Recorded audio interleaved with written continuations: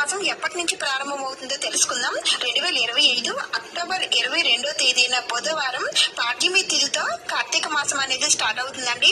ఇంకా ఎప్పుడు ముగుస్తుందంటే 2025 నవంబర్ 20వ తేదీన గురువారం అమావాస్య తిథితో కార్తీక మాసం అనేది ముగుస్తుంది. అయితే ఈ సంవత్సరం మనకి 4 కార్తీక సోమవారాలు వచ్చాయండి. మొదటి సోమవారం 2025 అక్టోబర్ 27వ తేదీన సోమవారం షష్ఠి తిథితో వచ్చింది.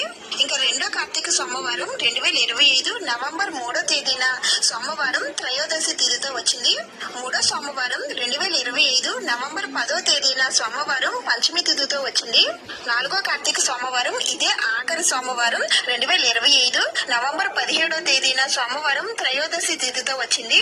ఈ కార్తీక మాసంలో వచ్చే కొన్ని ముఖ్యమైన పండుగలు ఏ తేదీల్లో వచ్చాయో ఇప్పుడు తెలుసుకుందాం. 2025 అక్టోబర్ 22 బుధవారం ఆకాశ దీపం ప్రారంభమవుతుందండి. అలాగే ఈ రోజే బలిపాడ్యమి.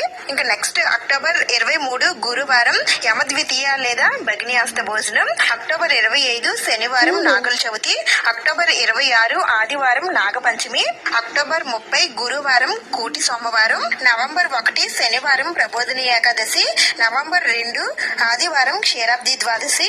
దీన్నే చిలుక ద్వాదశి అని కూడా అంటారండి. ఈ రోజే తులసి వివాహం జరుగుతుంది. నవంబర్ 5 బుధవారం కార్తీక పౌర్ణమి.